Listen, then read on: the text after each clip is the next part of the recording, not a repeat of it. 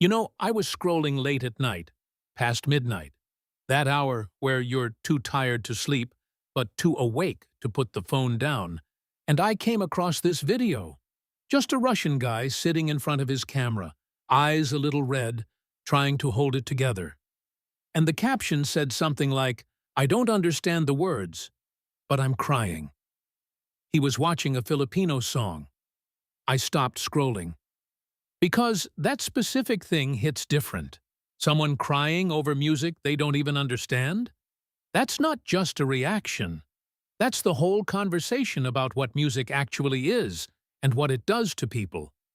So that's what we're getting into today. Here's what people outside the Philippines, and even some younger Filipinos, sometimes miss. Music isn't just entertainment there. It is embedded into the bones of Filipino life. Every fiesta, every birthday, every reunion, they're singing. Not karaoke as a party trick. Karaoke as a ritual, as a way of saying, "I am here, I feel things, and I want you to feel them with me." Filipino families don't just gather. They perform. They pour themselves into songs the way other cultures pour into speeches or prayers. And the voices. There's something about the way Filipinos approach singing, the emotion, the control, the way they lean into a note like they're trying to reach something inside you, that people notice. The world has noticed it for decades. But here's what gets overlooked. It's not just technical skill. It's the feeling behind the technique. A Filipino singer doesn't just hit the note. They live inside it. So when this Russian guy heard that song and started tearing up, he wasn't just reacting to a pretty sound. He was being touched by something that was built to touch people. He just didn't know the history behind why it was built that way. Now, Russia and the Philippines don't have obvious cultural overlap. Different languages, different religions, different climates, different histories. On paper, they have almost nothing in common. But music doesn't care about paper. What the Russian guy described, and it turns out it's not just one person, there's actually a pattern of this, what they describe is this feeling of recognition. Not like, "I've heard this before," more like, "I have felt this exact feeling, and I didn't know someone else knew how to put it into sound." One guy said something like, "The song feels like it knows something about me." And he didn't understand a single word. That's what Filipino music, at its best, does.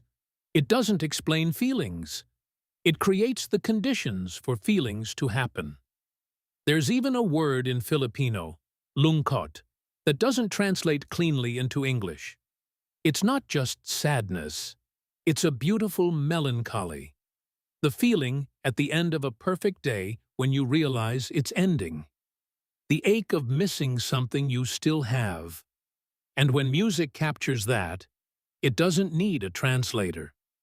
Anyone who's lived a human life is going to feel it. The Russian guy felt lungkot. He just didn't have a word for it. But he had a camera and the internet, and he shared it.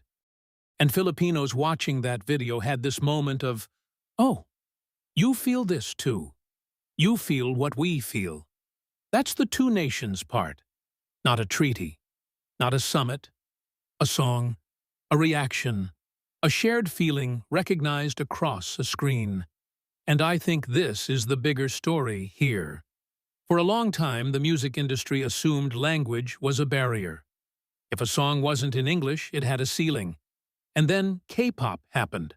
Latin music happened. Afro beats happened. And that assumption got demolished. Because emotion travels faster than language. A song doesn't need to be in English to reach someone in Ohio or Oslo. It needs to make them feel something. Filipino music has always had that. The talent, the feeling, the depth. It was never a question. It was a question of visibility.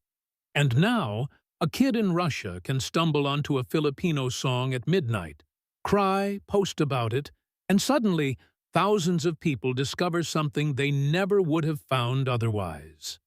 Cultural exchange without gatekeepers, directly from one human heart to another. And for Filipinos watching that video, imagine growing up with that music.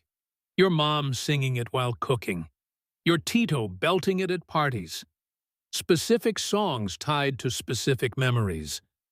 That music is yours, personal, and for a long time it maybe felt like it could only be fully understood by people who shared that history. And then you see a stranger, no connection to any of it, doesn't speak the language, never been to the Philippines, and he's watching the song and crying, and you realize he gets it, not the words, the feeling, the actual feeling. That's not just pride, that's being seen. That's your culture's experience being validated not just to yourself, but to the wider world. And there's something almost healing about that. A Filipino song made a stranger cry, and for a moment, the world got a little smaller and a little more human. That's the whole story. And honestly, it's enough.